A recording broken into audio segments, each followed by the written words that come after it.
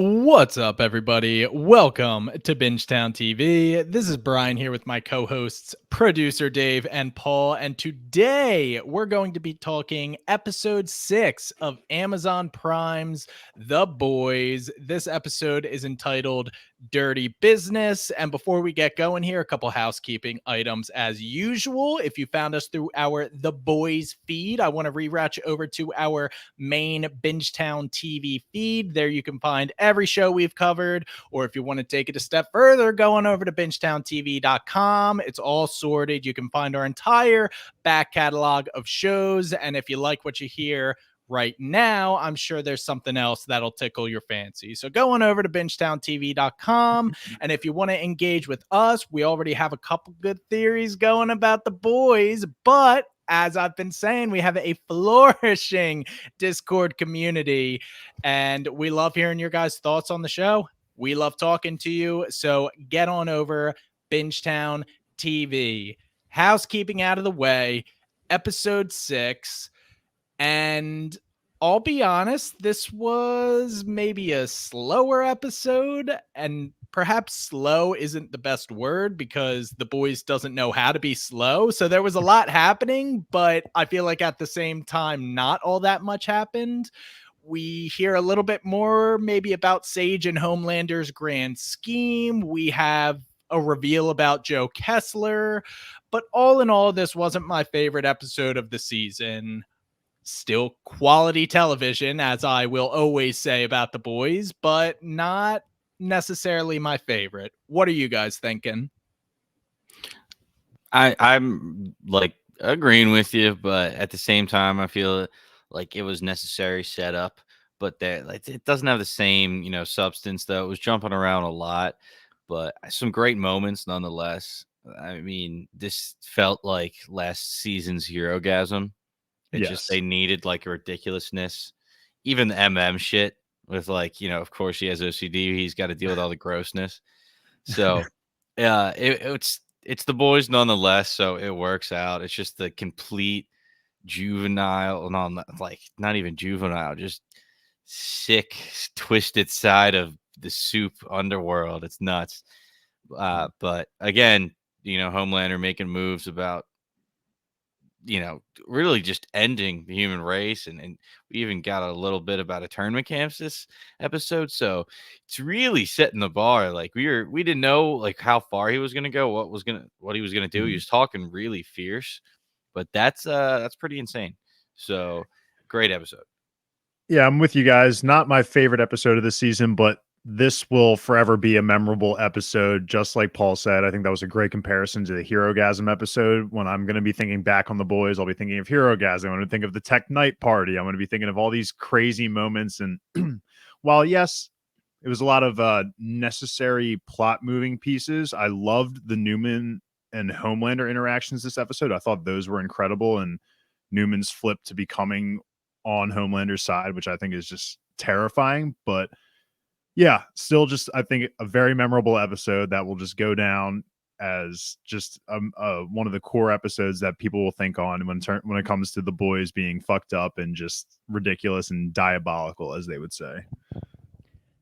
Yeah, and I have a couple gripes about the mechanisms of some of our soup's powers and what should have happened perhaps at this party that I'll get into specifics later. But like Paul said, there was a lot of back and forth going on, and a lot of it revolves around this Tek Knight party. So that's going to be our main bucket of the episode, of course, and we're going to talk about that last. The other two small little tidbits here are the Butcher, Samir, and Joe Kessler storyline, and then we actually have a quick visit with the Deep and Black Noir back at Vought Tower. And that's really just one scene, but of course we're going to talk about that. So we're going to do the Butcher stuff first here. And on the shoulders of last episode, where he cuts off Samir and kidnaps him, essentially, it's just him and Kessler in the room. forcing this guy to develop the virus in a week that'll take out Homelander, which is completely unrealistic, especially when you consider he's only on one leg now. So all of that's just insane. This entire episode is where it finally hit me. The way they were like framing all the scenes, I was like, this dude is not real. This Joe Kessler guy, he is absolutely not real. And I'm not sure if any of us have said it on the podcast, which I'm kicking myself about. We were saying Huey's mom, but Jimmy texted us and was just like, Kessler's not real, guys. Come on, you have to see this. And that was maybe 2 episodes ago. So I hate that we haven't had that theory verbally said already, but this episode, it seemed obvious.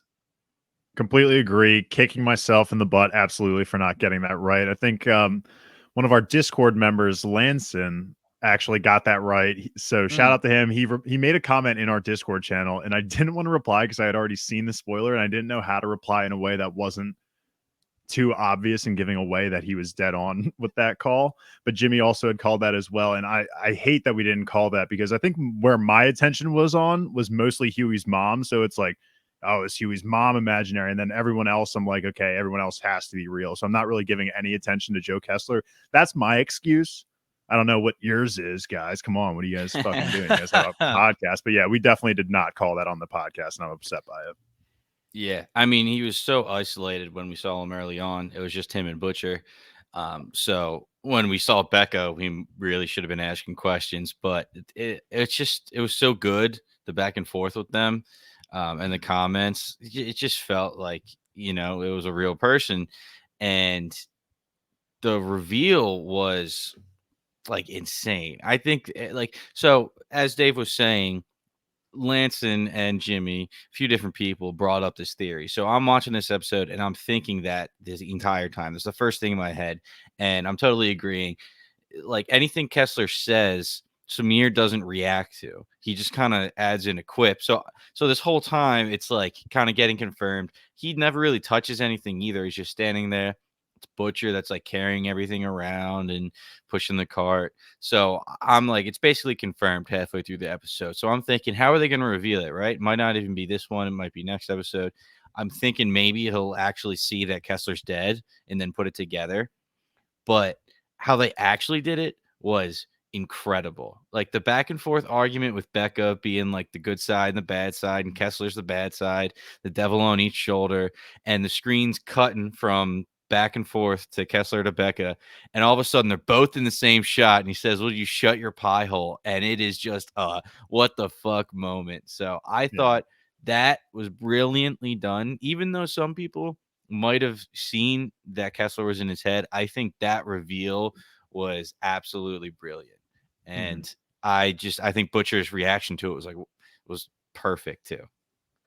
And do we think that now Joe Kessler is an embodiment of the tumor that's in his head?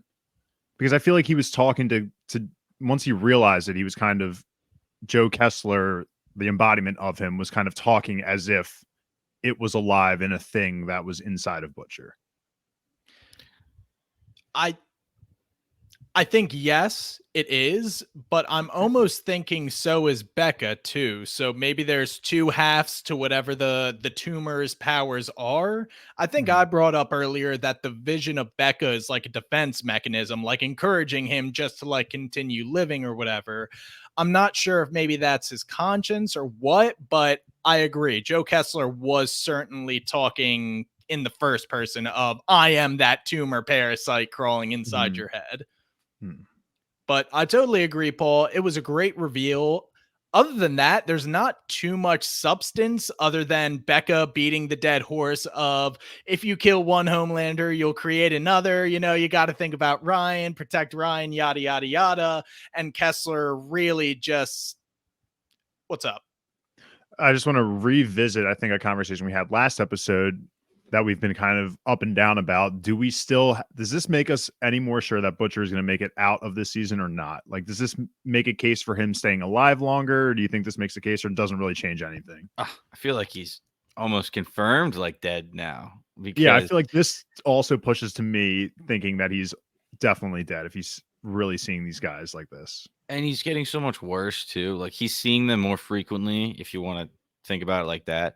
Yeah. But it's also Mhm. just like the way he's puking, like the way he's sweating and can't think. True. It's like so Mhm. more frequent. It feels like that. It's like he feels like he's gonna kick it soon. He was puking the black bile. And Yeah. on top of it all, he's isolating himself from the boys, who are probably the only people that could help him maybe not get better, but find some sort of solution here. And But go ahead. so just the conversation basically he's having with Kessler, like Butcher will not go through with this virus and make it airborne and kill all soups, right? Like he's gonna kill Ryan. Like it's not going to like be a thing, right? Like Butcher just gonna nip it in the bud. The sicker Butcher gets, I feel, the more power the evil Kessler, we'll just call his powers Kessler, the bad parts of the powers. Like Cool. the sicker he physically gets, the more influence Kessler seems to have over him. I'm fine with that. Yeah. I mean, that's just nuts. If there's no redemption for Butcher, I don't care that he's sick. If he does Yeah. that, like I think he's it's the just worst. And I think it's going to be one of those things where it's just he's going to have to choose a path, and he's going to choose the Becca path eventually. I don't think he's ever going to follow through with spreading the sickness via the air. I think that would be even extreme for him, and I think that would be the thing that makes him realize that it's like, okay, I'm really about to kill Ryan and like some of my friends, at least not all of my friends, but Starlight for sure. And he has Butcher in his right state of mind push back on genocide. Even he knows that is crossing a line that should not be crossed. So it's a matter of, in my opinion, will Kessler ever be able to take complete influence? And if your guys' theory is correct, that Butcher is not going to make it through this season, it could become a not Becca or Kessler, a Kessler or should I off myself, like while I still have the chance to kill myself. Yes, So I think that might be something. I could see that. And in a way, that would be Butcher's path to redemption in a very Butcher way. Genocide or kill myself, I suppose. Certainly. But anything else we want to discuss here? I think I'm good. It was just a crazy reveal. Okay. Mm. Real quick, just theorize. If Butcher says, fuck it, this plan doesn't work, does he kill Samir or just let him go back to Newman? I feel like Kessler's going to make him kill him.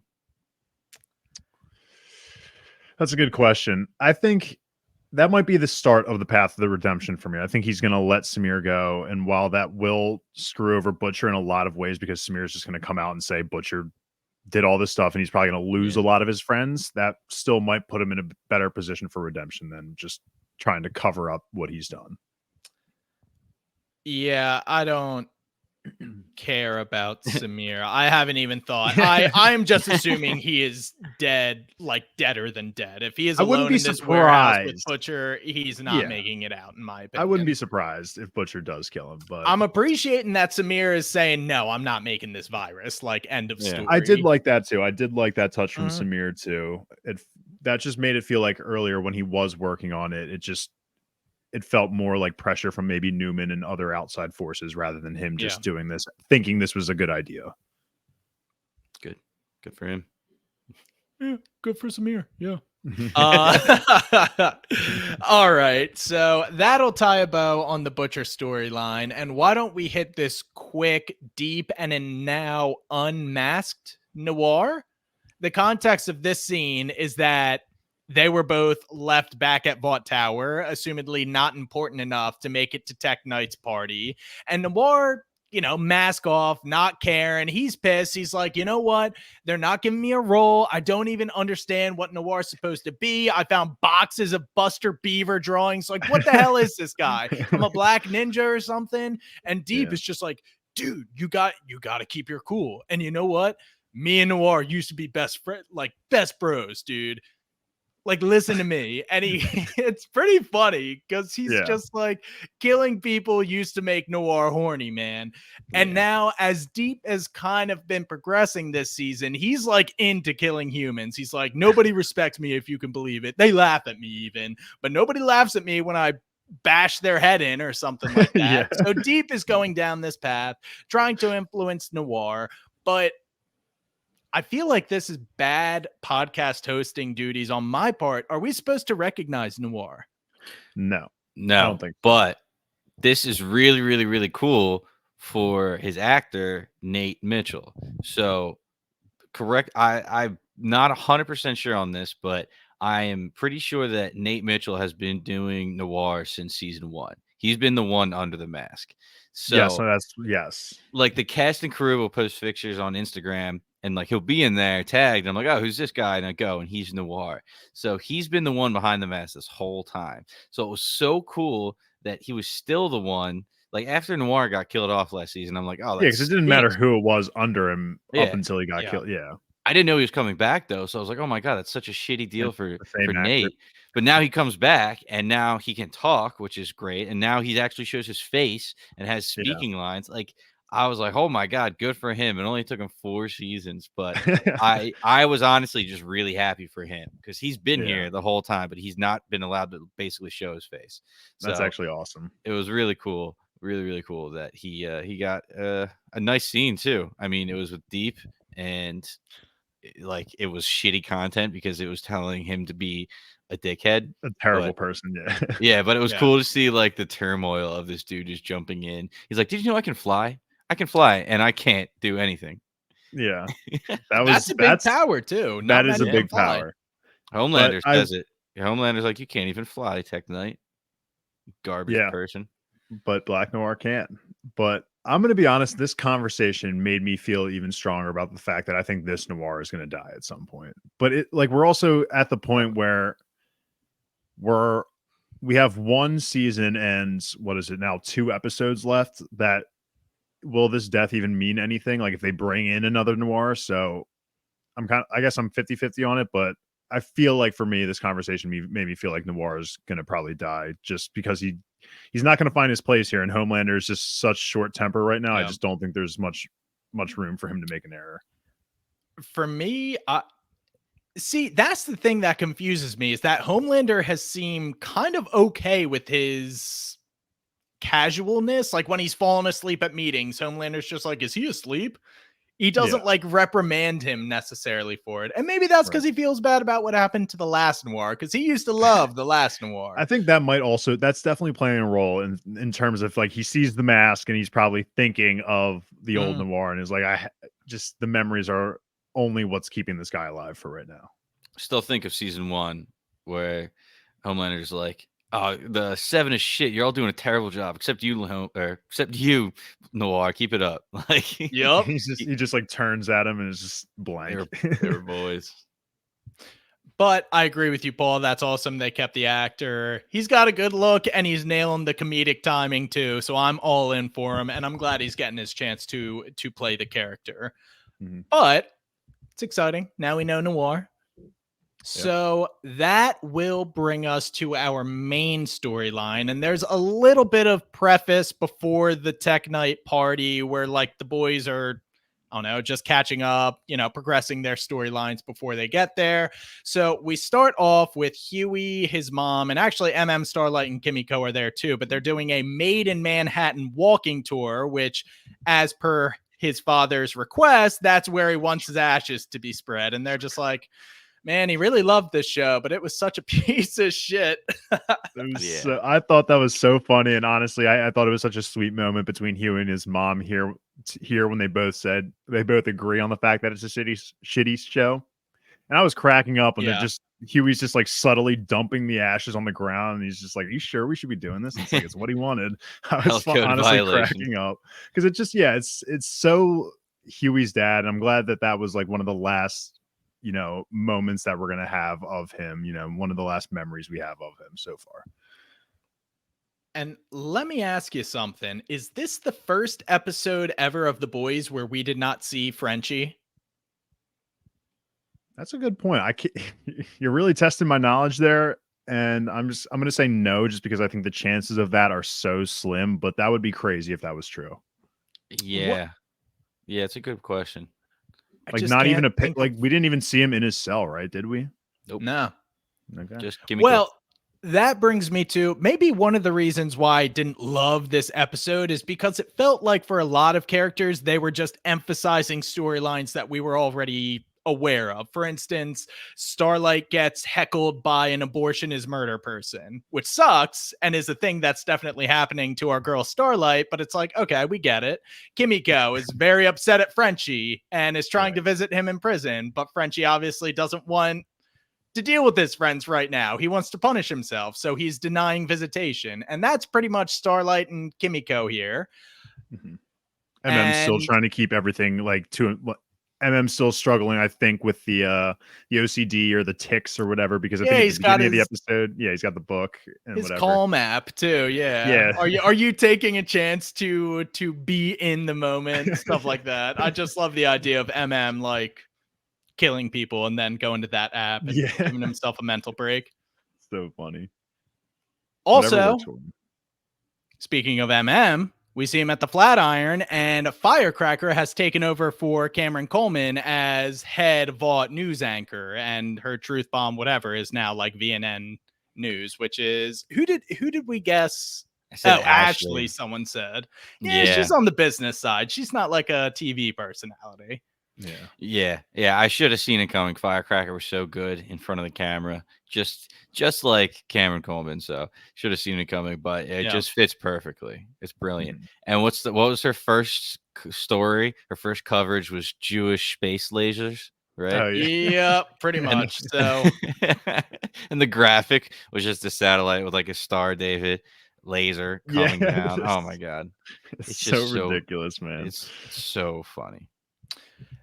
And he's watching that, rolls his eyes, gets his meditation notification, but he's not allowed to look into his own inner peace because he's interrupted by a frantic call from A-Train, who's like, dude, everything's so messed up. Homelander literally killed Cameron Coleman and he was talking crazy. And MM relays all of this to the rest of the boys, being Starlight and Huey, I guess, at this point, emphasizing also that Sage and Tek Knight did have like a little aside that A-Train specifically noticed. So I like the MM A-Train interactions, to be honest. They feel very wholesome, it's just A-Train being vulnerable and then MM just being kind of like a stability figure for him that tries to steer him on the path of good. So surprisingly, have been very into these two as a duo. I just love MM's like professional business voice, and then when he's talking to the rest of the boys' voice, he's like, A-Train, just take a breath, calm down, we'll talk through it. And then it cuts to afterwards. His tie's undone. He's standing up, fucking doing everything. Get your shit together. This is so fucked. Oh my god. So he's great. This is a great MM episode. It's been a good MM season, not gonna lie, because without Butcher being as involved, he's had to step up, and he's always kept the boys together, but now more so than ever. But that brings us to his plan. He says, okay, our intel tells us that Sage is working with Tek Knight on something, and we know that he's having this alt-right get-together for all of the 1%ers at his mansion estate, whatever. So we're going to have to infiltrate. But to do that, we're going to need some help from Webweaver. And Paul, want to walk us through the Webweaver scene? Yeah, that was a little rectal probing going on there. I don't know what kind of drug that was. That was insane.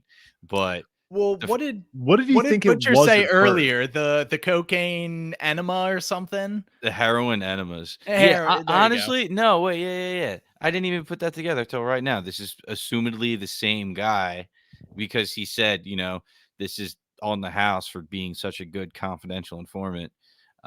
So I guess this is who Butcher was talking about earlier when he said he needed $50K for the dirt on Firecracker. Mm-hmm. So was awesome. Webweaver expecting to get like drugs inserted? Like not like what was he expecting MM to do to him? I guess it was give him heroin, insert the heroin into his ass. Is that what was going on there? I think so, assuming that's what that was. And like, I don't know. I guess the guy was expecting it to be heroin, but I think just MM just made it worse. Something knocked him out for 48 hours at least, or what he said. So Huey, it was obviously insane. Could you imagine taking drugs and waking up 2 days later? That's absurd. Can you imagine? That dude was so messed up when got there, and he's like, "All right, Yeah, like I'm ready for more. round." Yeah, like what? That's Insane. chunky for you. I And was of cracking the fuck up, man. Oh my yeah, god. of course, had to get a little web shot on his cheek, Yeah. just like last year or season 4, he got or season His hero 3. cat. Yeah, Hero Gasm, he got that giant splooge on him. This one, he just got a little dot, just a little dot of spider Oh, web. M&M. He I was tried to cracking shove the it fuck into up. his web hole too. Yeah. It was gross. I kept Huey on cracking up because this is the boys universe version of Spider-Man. Oh. Yeah, pretty Like- much. I think of Brown Spider-Man from Family Guy. It's like, hey, I loved when Huey came in and was just, "Hey, so Purell? You need some Purell?" Yeah. And he's like, "Yeah, literally as much as you have." Not enough in the world.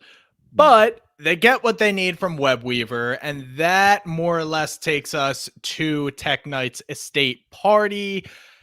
Elsewhere, Starlight, Kimiko, and Huey kind of set up shop in another building on the estate so they can monitor the situation. And the plan is to send Huey in disguised as Webweaver, which is where my gripes come in because there are no less than 3 people at that party, 4 probably, that should have been able to immediately identify him as Huey and not the real Webweaver. Mm-hmm. Homelander can see through his mask. Yeah, We know from that was Gen obvious, V that Marie and Newman can identify Compound V in the bloodstream. So when he talked to Newman, she would have been able to realize. And if Tek Knight and Sage are as perceptive and bad as we think they are and should be, then both of them should have been able to tell immediately. And I think they explained it by saying, "Oh, wow, this suit is really ripe." Like the overwhelming aroma would probably just make anybody believe it without looking too far into it, but I call bullshit. It's lazy writing. It was a dumb move from who's supposed to be better tactically than this, and I think it was lazy. I am totally with you. The entire time, I'm like, how do none of these people recognize you? I agree with the smell was their big cover up for it, but you made a great point with Homelander literally being able to see through. He was just talking to Butcher, talking about the tumor that he saw around his brain, so he literally has X-ray vision. So I agree that it was weird, and just to move on a little bit, we saw A-Train, grab somebody and run out and then run back real quick. And I kind of had the same gripe at the skating rink at Vought on Ice when he saved Huey when Homelander was chasing him, because I feel like that's so loud. You hear the like sonic boom every time he comes in. Homelander's got to hear that, times 100. So as soon as he like went in to save Huey, I feel like he should have heard A-Train like using his powers, and kind of the same thing here. So totally agree. I don't know, like, if their explanation was they were so worried about what they were doing because they were, proposing this to like the 1%ers. So maybe like they were just so preoccupied they weren't paying attention about anything that wasn't like priority number 1. But I agree. I mean, it just seems like there's a lot of plot holes and there's a lot of like excuse making for it. I will agree with the Homelander one. I'll play devil's advocate on the Tek Knight one. While I agree while watching the episode, I definitely felt like Tek Knight should have been able to deduce it sooner. The only thing I'll give credit to is that they said Tek Knight and Webweaver had never actually met before. So it's not like Tek Knight would have 100% known what Webweaver's like tendencies were and like heart rate were. But yes, I think especially in the dungeon, I think at that point, while it made for great content and great comedy moments, I still think Tek Knight should have been able to do it like way earlier, especially if like Webweaver and him were like messaging about all this stuff, and like all of a sudden Webweaver's kind of like not into what everything they were doing, But I'll definitely bite on the Homelander one. That one was like, especially when he's looking directly at him, it's like, if they had maybe said earlier something along the lines of like, oh, Webweaver's suit can, is like a mirror. It can reflect the fact that like there's X-ray vision. Like that would have been okay. I would have been fine with something as subtle as that. But the fact that they didn't give us anything and Homelander's like directly looking into the mask, it's like, I guess it's not passive X-ray vision. He has to like turn it on to do it. Maybe he just saw the suit and was like, I don't need to use it. But and maybe it's X-ray vision to the extent that it's actually X-ray vision where he can only see the insides of people and not like layers to this shit. He had that moment with Noir last season where he said, I'm the only one that can see the real you and your messed up face. Yeah, okay. If I'm being honest, Newman was my biggest one. She made a point in Gen V that her and Marie could sense the presence of Compound V in someone. So at the very least, she should have been able to look at someone in Web Weaver's costume and be like, wait, you're not a soup. What's going on here? And investigated. But yeah, unless I think Homelander said the one metal he couldn't see through in season 1 was like zinc. I might have to like double check that, but everyone's just rocking zinc suits. I mean, I wouldn't be surprised about that because if Homelander's as intimidating as he is, like just in case, one layer of protection. But yeah, I'm not biting on that entirely. Just that he couldn't see through you. He'd punch a hole in your face if he thought you were trying to hide. Like zinc ain't stopping that. The best thing about the zinc is that Butcher has that bulldog cookie jar that's made out of zinc or whatever the metal is. Did he say that? He hid the temp V in that jar. And also that's where he hid the cookies from Ryan too. Not that he would be able to see that, but definitely in season 2, when Homelander like flew to his apartment, he had temp V in that cookie jar. Gotcha. That's and awesome. He couldn't see through it. It is awesome. Butcher, man, he has his moments. Let me tell you. All right. So, as we've already talked about, pretty much all of our main characters are present at this Tek Knight shindig, and immediately Tek Knight, trying to be a genial host, goes up to the man of the hour, Homelander and Ryan, and I was a little surprised at how quickly Homelander put him in his place. Clearly has no respect for Tek Knight, can't even fly, but calls him like pathetic and just says, we will never team up. You're useful for now, but that's it. I mean, his ability is just a way worse version of Sage's. I mean, Sage can basically do what he does and then just also at the same time know everything. So I see why Homelander finds him useless, and the cherry on top not being that he can't fly, of course. So it makes sense. Homelander probably just views him as just like a smart human, if anything. Yeah, when Tek Knight cheers to Homelander when he walked in, I was like, all right, that was a little much, but good move, you know. Proving your worth. And then he comes up and he's like, oh, Captain, my Captain. And I'm like, all right, way too much. Homelander's gonna hate that.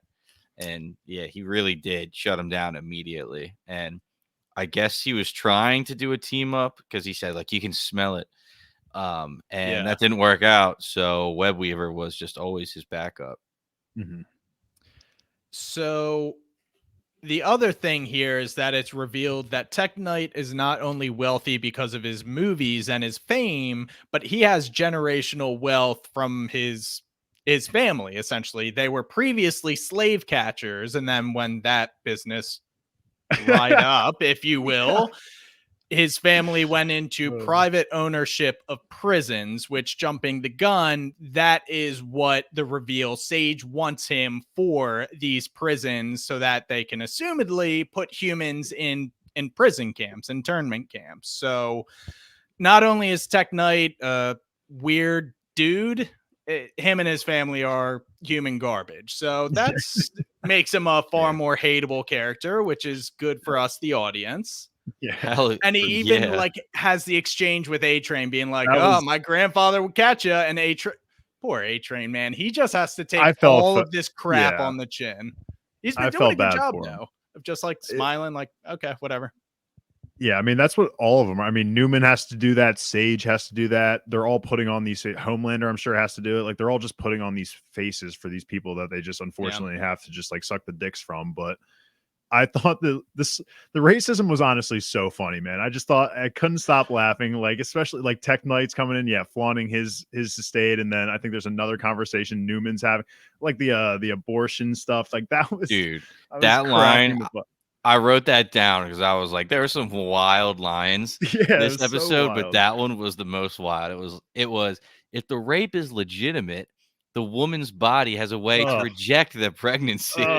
And Newman's head exploding is literally like just everybody in that. That was so great. Yeah, imagine, because at first I was like, what the fuck just happened? I thought Cindy was back or something. Yeah. I was like, but then that was just a joke. She wants to kill herself rather than have that conversation. And it's funny, like Dave, I think you were the one that said it's dangerous that Newman is starting to lean towards the side of Homelander. The politicians are forcing her that way. After having that conversation, having abortion mansplained to her, she's like, okay, well, it's not in my best interest to try and play this political game. Maybe I'll just hitch to Homelander's wagon, expedite the process to get me in the White House. So I see it. Also, Sage is relating to her in a pretty good way, as Sage would. She's a very smart woman. The smartest woman, the smartest person. And not just smartest woman. She would have really cleaned your clock for that one. That story, as short as it was absolutely insane. She was what, like 12 years old, 13 or something. Spent 3 nights and came up with a cure for cancer. And the way she related to Newman is just like being that same little girl where nobody will listen to, in this like same situation where nobody will listen to you. You're just like a puppet. It was a good way to connect. And Sage has been doing that with everybody. So dude, Sage is so good at just manipulating people and making, like, just getting onto their level and sympathizing with them just so she can use them. I think that's just like, it's so intimidating. She is. I'm pretty sure his name is Darren in How I Met Your Mother season 9.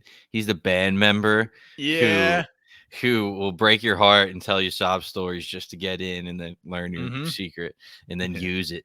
So yeah, she's I was also thinking of Himian fans out there. Another Family Guy reference here. I was thinking of Carter Pewterschmidt has the cure for cancer, but he doesn't give it out to the public because it's just so much more money to just keep people sick rather than just cure them. So it's just fucked up, man, that people would do this. But it's true, man. I think this would be, who knows if there's actually a cure for cancer, you know?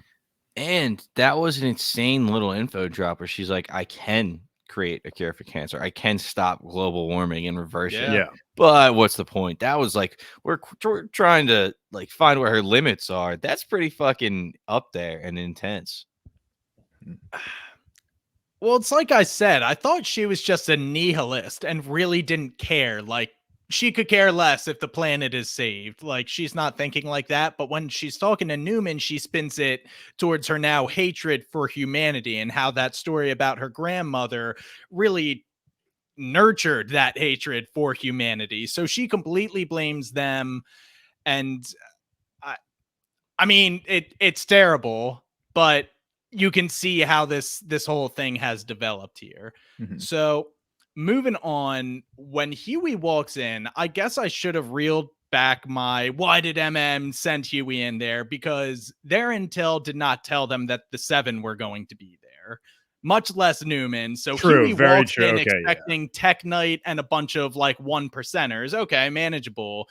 Homelander, Ryan, Firecracker, everybody's there. And I would be nervous if I was Huey. I was shitting bricks for sure. That's why when, Tek Knight sees his heart beating, I'm like, dude, my heart would be like that from the get-go. Like, I wouldn't walk down and see the dungeon and immediately. But hey, maybe that's just speaking to Huey's professionalism, because he's been here before. He's done that. He was just talking to his mom earlier this episode. He was like, she's upset because our other friend went and confessed to a bunch of murders from this Russian mob boss that he was under. So now she like won't see him. So he's been around the block a little bit. Huey is. So this isn't his first rodeo. Even when he was, a janitor with MM at Vought on Ice, he was doing his thing. So I'll just give Huey the props there and say that's why his heart wasn't freaking out the whole time.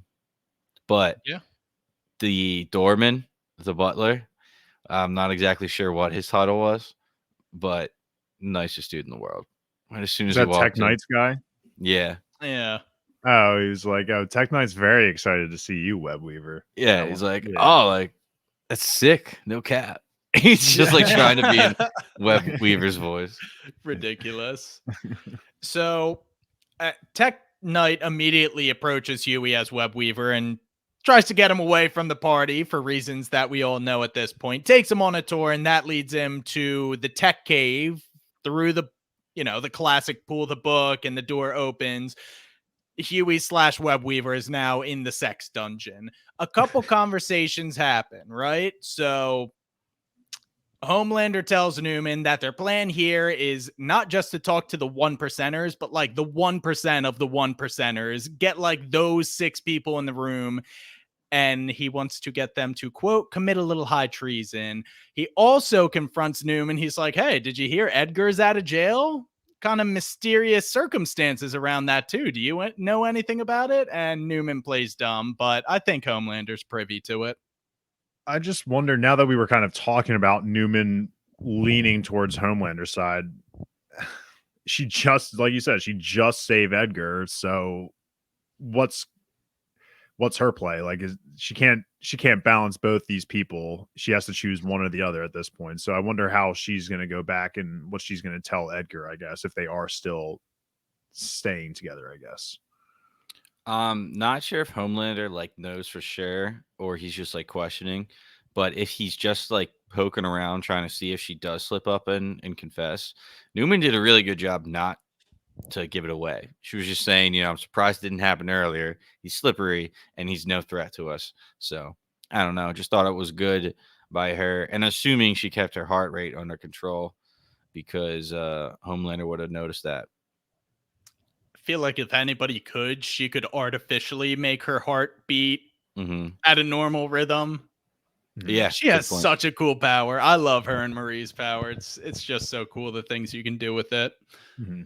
But so that's Homelander kind of probing, and if nothing else, he's like, okay, you may have had something to do with it. So Homelander, this is a very fragile team up that these two have going. I'm still not convinced that Newman's totally pro Homelander as much as she is pro gunning for the top spot no matter what. Homelander is useful to her now, but like you said, she now has Edgar on the back burner if she wants to bring him back into the fold too. Part of me hopes that she just lets Edgar go, live with Zoe, protect her, and like live happily ever after. But I truly think that's just like her ultimate goal, but we'll see though. So Starlight is growing increasingly anxious and is like, yo, we got to get Huey out of there. It's too much danger for him. So Kimiko, Starlight, and MM kind of make their move. Kimiko drops her phone outside. Did that turn into anything this episode? I think it was just a setup so she couldn't communicate with A-Train and she had to go and find the book titles. I think that's the only reason. But it might come back later, honestly, that like they found it, Homelander found it or whatever, and A-Train gets outed. That's totally going to happen. Could as the actual snitch. Yeah, that's what I was thinking. So while they're moving in, the Newman and Sage stuff happens, which is a great conversation that smash cuts to Huey having to sit on a chocolate cake for Tek Knight. Mm-hmm. This whole Tek Knight stuff was a little bit oh for my god, it was too forced. It was a little bit misplaced. It felt like the boys trying too hard to push the limits of what they can do, and it wasn't. I was definitely uncomfortable. It was so funny because of how uncomfortable it makes you and how absurd it is. And Ashley fucking rubbing herself too when she eventually comes down. It's just like while tickling Huey. It's like, what are we doing here? I think there's people out there that are just like, I don't get it. What's so absurd about this? This is my dirty dark secret, dude. When she wipes her fucking fingers across Web Weaver's face, oh my god, I was losing it. I was fucking losing it. I couldn't handle it. I couldn't. Towards the end, Tek Knight's like, "How you doing, bud?" And he's like, "Oh, so much dried cum." Yeah, you could like shatter my underwear if you threw it on the ground. Poke it and it'll shatter like peanut butter. Oh my I do love Huey in uncomfortable situations where he's trying to play it cool, but you can tell he's like losing it inside. I think Jack Wade just acts those scenes very well. And he acted very well. Like when he was terrified, like I was actually when Tek Knight finds out it's Huey and starts going into the okay, now we're gonna start interrogating you kind of mode. I was actually like shaking for Huey because of how well Jack Wade was like begging for his life right there to not let anything bad happen to him. Yeah, he definitely flipped a switch. When Tek Knight brings up the safe word, he's like, oh, Web Weaver would use a safe word if he was in real trouble. And he just starts yelling out spider-related words like, web. And that's so funny. What actually, are you saying? He's just like, just, saying things. When it actually came down in the first place, like the elevator, and she's like, "Oh, you started without me." I thought like Tek Knight was gonna walk in and be like, "Oh, my god, what is this?" And like it was gonna be a whole scandal. But like when it turns out she's the dom, she's like, "Oh, she's into it. It fits perfectly," and it was disgusting. And he was like, "I left something for you in the other room." And it's not scat this time. And she's got the lip out. Like she's so upset that it's not a pile of shit. And also when oh my god, like Ashley's done and Tek Knight like clean up Web Weaver, the butler comes over and hands him sandpaper. Like, wipe it all up with this. Yeah. I'm just like, every single thing about this is just nasty. There are people like that out in the world. It was wild. They went all scat. out When he said scat, I had to like rewind and be like, did he just say what I think he just said? Yeah. So when he does pull off the mask and realize it's Huey Campbell, also just really cool that he's like, "You're Huey Campbell. I know all about you." That's what I would hope from somebody. The respect. Yeah, which definitely. The way described Tek Knight was like Sherlock Holmes on heroin, and Brian, you described him last episode as Sherlock Holmes like times 100. So I was like, that's pretty close. Plus, isn't Sherlock Holmes like already on heroin? So that was a bad example. I'm pretty sure maybe that was the joke of it, is that because I'm pretty sure Sherlock Holmes is like a druggie or something. Yeah. Either way, brilliant. So the Starlight and Firecracker bit. As Starlight's snooping, she runs into Firecracker, who had actually just been put in her place by Sage, who says, "Oh, this is kind of an adult conversation, but I'm sure they have some Sunny D and Everclear at the bar." Sage is being such a bitch to her, and she has been so useful for them. I don't know why Sage doesn't throw her a bone. Like, what does Sage have against Firecracker? Even though Firecracker is just spouting nonsense, maybe she sees the nonsense of her quote. I think she just thinks that Firecracker is just dumb, and she just doesn't care about what happens to her. Plus, like half the shit she spreads is racist towards different groups and everything. Very true. So. Anyway, she's kind of in the bathroom crying, composing herself, whatever. She walks out, runs into Starlight. Starlight still is having issues with her powers, which Starlight's powers are useless anyway. So now she can't even use her useless powers. So when is this girl ever going to be anything? But I was thinking that when she's like, "We're going in. I got to go in there and save him." I'm like, "What are you going to do? You can't do anything." Yeah, what are you doing?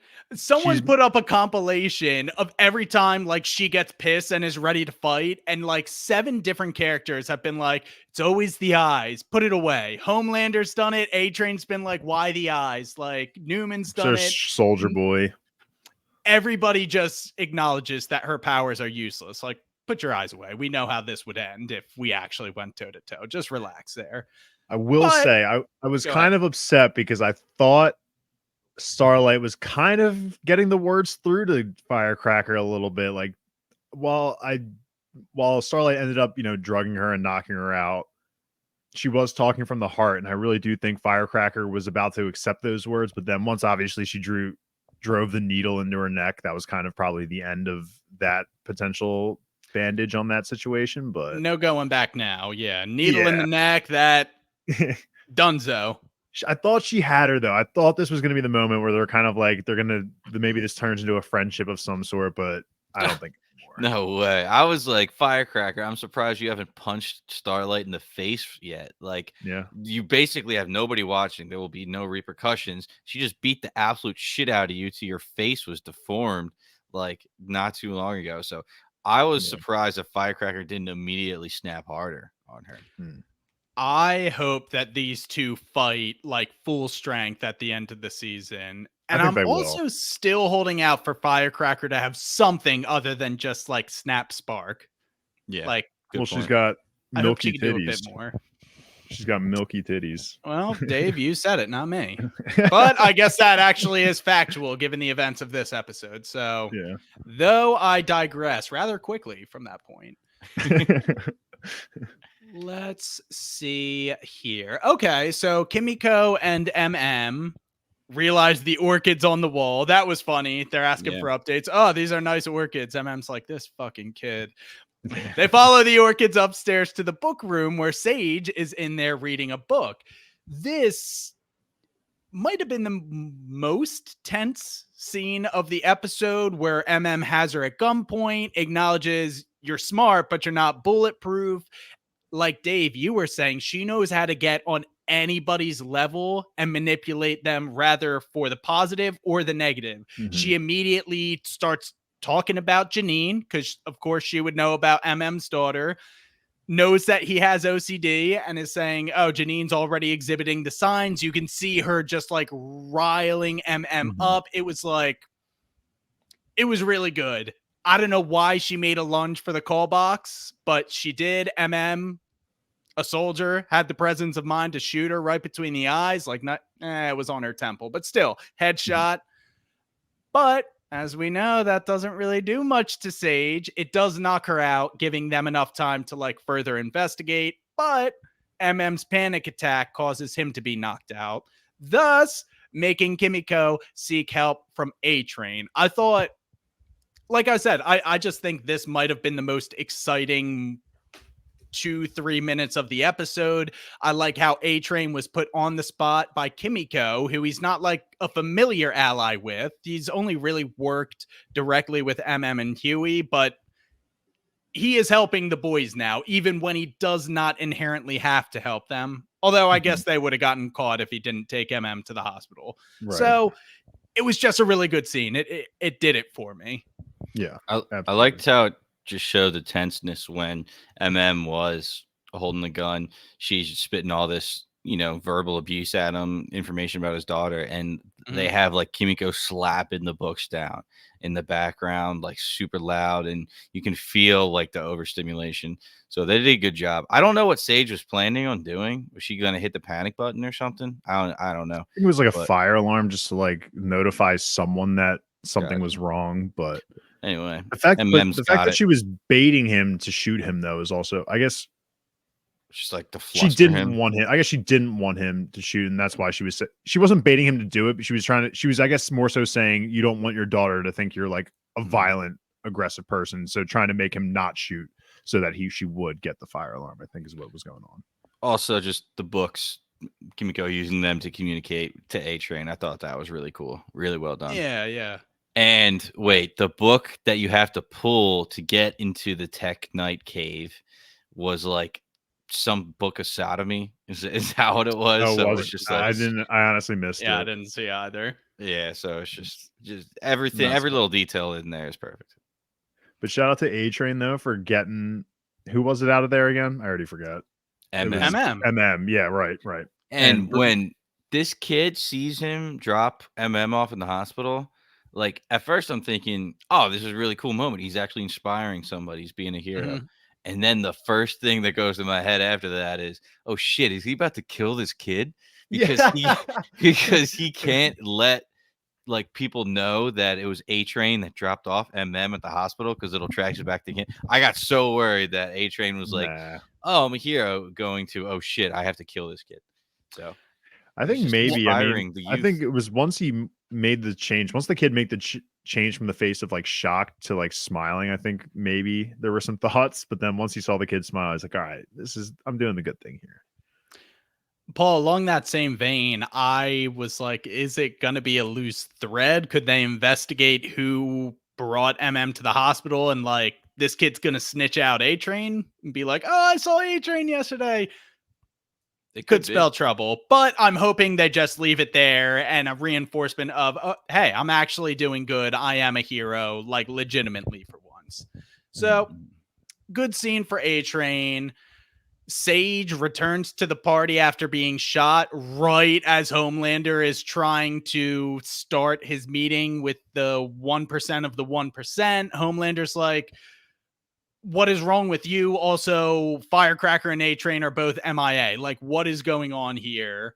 Sage is in full-on idiot lobotomy mode. She's like eating cake and stuff, obviously in no position. So Homelander proceeds by himself. And as we know, Homelander knows his talking points, but there's never any substance behind them. So when presented in this meeting, he says, we all know Bob Singer's the greatest threat this country's ever faced. He's going to let in illegal transgenders to run this nation. And the one chick's just like, okay, like save that drivel for the idiots that watch VNN. Like, what are we actually doing here?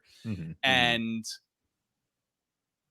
he didn't have any of the answers. Yeah, he was like me when I was trying to follow that train of thought. He just couldn't. It wasn't going anywhere. That was a good transition, though. I appreciate that. No, totally. And it just showed how much he was relying on Sage. He has this brilliant plan, but then he realizes, like, oh, shit, like, I'm the headpiece. Like, I'm the one pushing all this, but I actually can't do anything. So I feel like he got a lot of that when Newman got up and did her speech. And yeah, I mean, he did I was just gonna say he had that whole scene earlier when he declared himself the head of Vought, and like he had all the board members around him. They were just pestering him questions about the EBITDA margins or whatever, and he's like, yeah, of course I know what EBITDA margins are. Like, it's kind of like that situation all over again here, but this is, like you guys are saying, he brings in Sage for these kinds of things. And he was floundering. And then of course we see the backup from Newman here, which is so funny because she didn't answer any of their questions. She just said, democracy is dead. That's not actually how this country works. And you guys, the billionaires, are the smart ones. So you're the ones that should be really allowed to do whatever you want. And they just raised their glasses. Like, oh yeah, it reminded me not to go to Family Guy again, but when Lois is running for mayor and she's like 9/11 and everybody just cheers. 9/11. So exactly, it's just, she didn't even say anything of substance. She just said, I'm the one that gets it done, back me, and you can do whatever you want. And they were like, fuck it, you're sold. And Paul, you know what they say about Family Guy references on the podcast, right? Everybody gets one. Ah, nice. I had two. You had two, I know. So not totally I took yours, B-Don. Yeah, I took yours.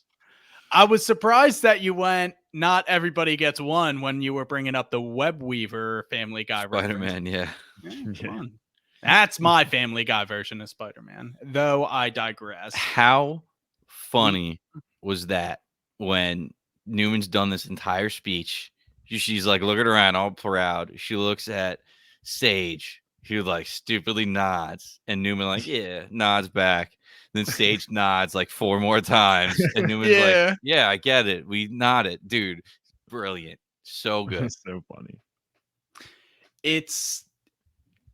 This was a crazy scene. We didn't even mention that Huey had previously bugged this room, so the boys have heard all of this, or later on they're able to hear all of this. And specifically, like, she is saying some absolutely demolish her reputation politically sort of stuff. America's not a democracy. It just makes the masses feel safe. Anyone with a live, laugh, love mug should not have a say in how things are run. People are a labor force. They need a kind but firm hand. There are no nations, only Apple, Exxon, Google, whatever. Follow and support me, and essentially you'll have unregulated ability to do your business and make profits as much as you want. And that's, like Paul said, she doesn't answer the questions, but I think these people trust her because they don't know that she's not a soup. They think she's just a savvy vice president type. Yeah. I think this scene spells a lot of trouble for Newman because I think that Homelander's going to look at how she composed herself or carried herself in this scene and be like, okay, me plus Sage is the brains and the brawn. Newman has it all in one head. Like, she is the brains and Like the the brawn face almost, in a and sense. is now becoming the face. I don't Yeah. think these sorts of politician types have a lot of respect for Homelander's mental acuity, if you will. So Mhm. I don't know. I think Homelander's ego is going to be very much slighted from this scene, and I'm not sure how much longer he's going to be able to work with Newman given the circumstances, but that's just my theory. Hmm. Well, now he's not only relying on Sage, he's almost relying way more than he planned on Newman now because Right. she had to step up and do this in front of everybody. So it's like he's adding more players to the game and he doesn't want anybody. He just wants to do what he thinks.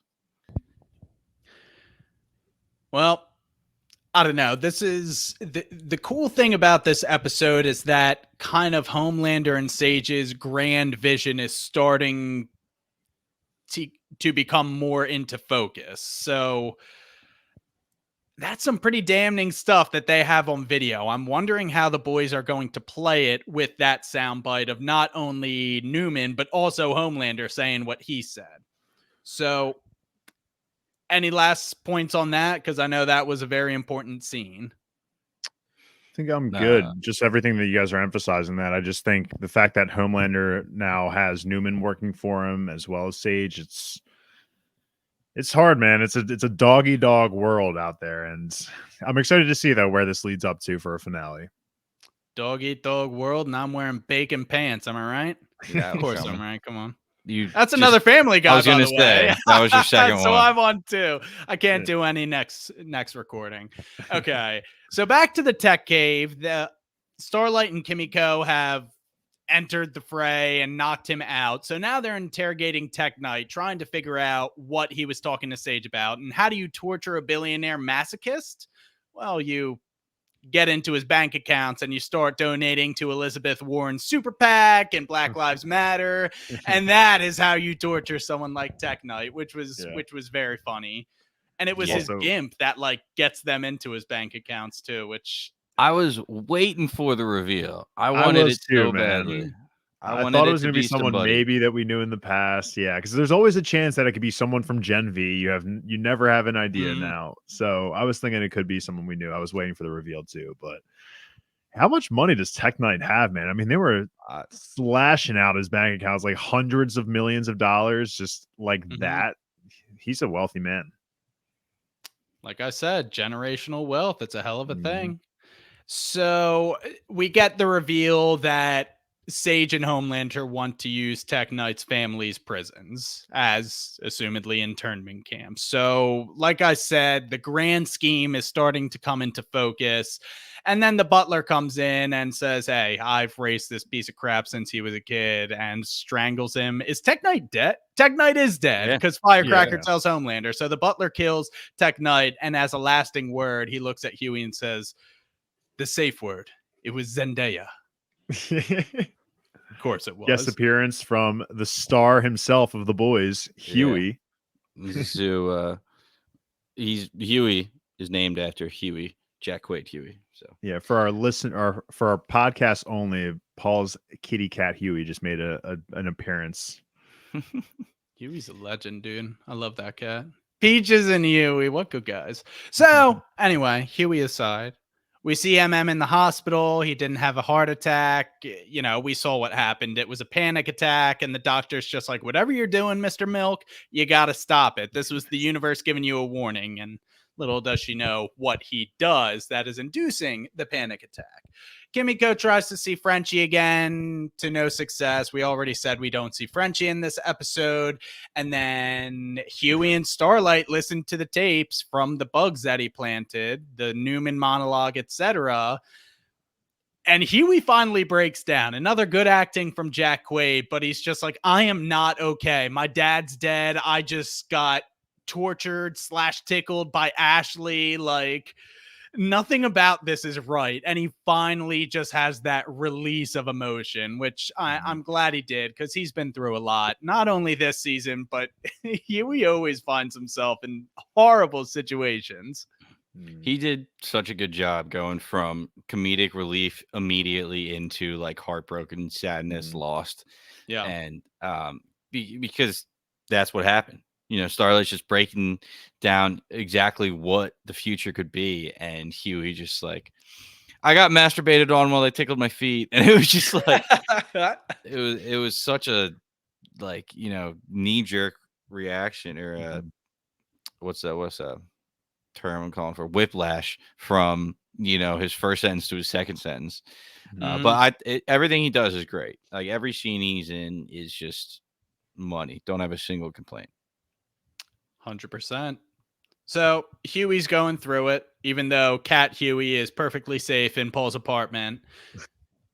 It's blurred in the background, but I just like seeing him. So, and then we have one final scene back at Vought Tower, and this is the Firecracker and the Homelander of it all. And Firecracker reveals that she has been going through a drug regimen to lactate so that she could breastfeed Homelander. And like, how this scene goes down, she starts like presenting herself to him, and he's like, I don't find you physically attractive.